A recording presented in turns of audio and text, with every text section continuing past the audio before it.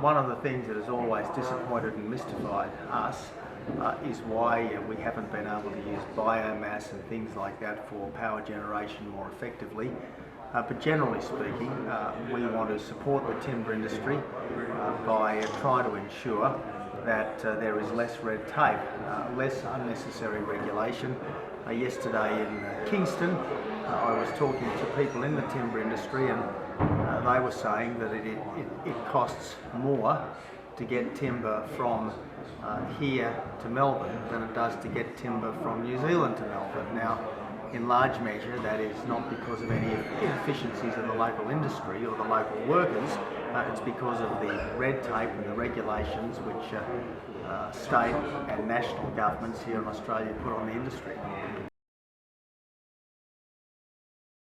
If Tony Passon turns out to be the local member, and I'm confident that he will be a very enthusiastic, very energetic local member, and I have no doubt whatsoever that he will be putting the weights on me to come and visit his area sooner rather than later.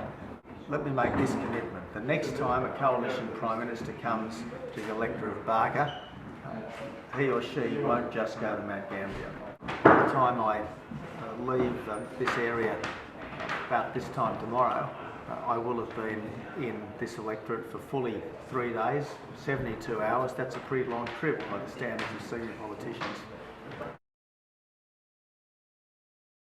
I'm not being critical of him because obviously, at least at the federal level, the National Party is a very strong part of a very strong coalition.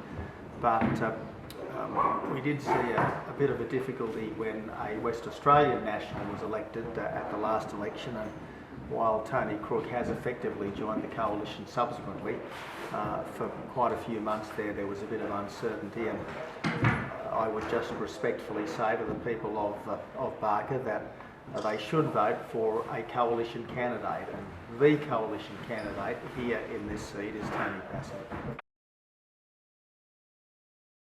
The best way to ensure that regional Australia doesn't miss out is to have regional Australia represented around the decision-making table. And when you've got 8 members of a cabinet who come from regional areas, obviously they bring a regional perspective to everything they do.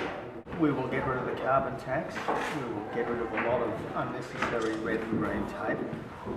By doing that, we will help to restore a strong economy, and that will be good for the people of Millicent. The other good thing about a coalition government is that a coalition government will well and truly represent the rural and regional Australia. 8 of 20 shadow cabinet ministers come from outside metropolitan areas. None, not one, of the existing Labor cabinet live outside the metropolitan area.